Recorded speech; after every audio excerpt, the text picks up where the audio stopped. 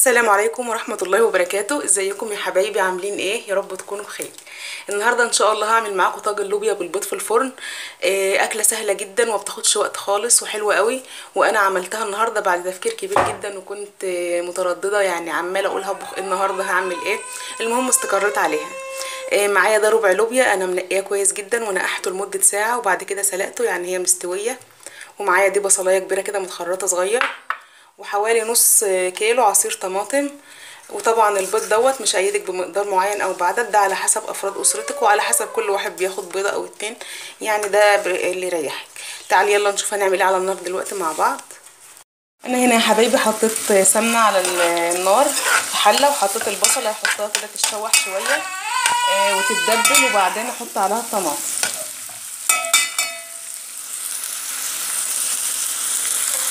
كده البصل اصفر معايا ودبل خالص يا حبايبي اهو. هجيب بقى الطماطم بتاعتي وهنزل عليه بيها دلوقتي. الطماطم اهيت يا حبايبي، وحطيت لها الملح وفلفل وكمون. هسيبها بقى تتسبك شويه وبعدين هوريكم هعمل فيها ايه. جبت معايا طاجن كده يا حبايبي وحطيت فيه اللوبيا بتاعتي كده زي ما انتم شايفين في قاع الطاجن كده. هنزل بقى عليها دلوقتي تسبيكه الطماطم اللي انا عملتها معاكم من شويه. انا حطيت الطماطم اهو يا حبايبي، هبتدي بقى ازود كده شويه ميه، ويفضل تكون ميه سخنه بالشكل ده كده. هجيب البيض بقى بتاعي واحده واحده كده وافقشه معاكم. كل بيضه تبقى في مكان، يعني مش كله يبقى فوق بعض. بصوا زي ما انتم شايفين كده. هنزل بقى بجنب كده، وتبقى عارفه مكان البيضه فين بالظبط، علشان البيضه التانية ما تنزلش فوقها، تبقى جنبها بالظبط. البيض كله هكمله كده جنب بعضه، بحيث ما يجيش البيض كله فوق بعضه. وبعدين يعني عايزه اقول لك لو جيت بيضه فوق بيضه الطاجن مش هيبقى شكله حلو خالص، والبيض هيبقى يعني مش هيستوي كويس. هرص البيض كله جنب بعضه، وطبعا هتبقي مقاهده انت حاطه البيض فين بالظبط، علشان التاني بيضه تيجي تفقشيها ما تحطهاش فوقيها. هكمل كمان واحده معاكم علشان طبعا حاسه ان الفكره كده مش واصله قوي. بصوا بالراحه خالص البيضه بتنزل. هكمل بقيه كميه البيض بحيث ان البيض كله ما يجيش فوق بعضه، تبقى واحده جنب التانية جنب التالتة كده، وفي الاخر هوريها لكم.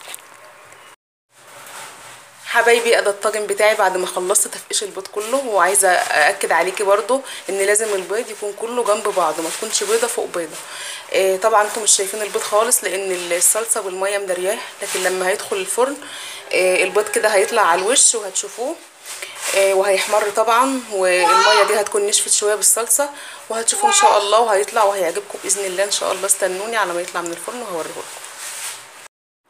وده طاجن اللوبيا بتاعي يا حبايبي بعد ما طلع من الفرن. شايفين استوى والبيض طلع على الوش كده زي ما انتم شايفين. لو تلاحظوا قبل ما احطه في الفرن البيض ما كانش باين خالص، كان غطسان خالص في الصلصه والميه. لما بدا يستوي كده قبل فوق واستوى واحمر. وما خدش وقت في الفرن خالص 10 دقايق، لان طبعا اللوبيا كانت مستويه معانا من قبل كده. اتمنى فيديو البسيط النهارده يكون عجبكم ويكون نال رضاكم. انا حبيت بس النهارده اشارككم بيه عشان اوريكم وصفاتنا اللي احنا بنعملها هنا في الريف. وعايزه اقولك انك تقدري تستبدلي اللوبيا ديت بحمص، بينفع برضو في الوصفه دي جدا وبيكون حلو قوي. اتمنى لو عجبك الفيديو تدوسي لايك وتشتركي في القناه وتفعلي الجرس اللي كان بكلمه اشتراك علشان يوصلك كل فيديو بنزله على طول. واسيبكم يا حبايبي في رعايه الله وامنه. بحبكم في الله، والسلام عليكم ورحمه الله وبركاته.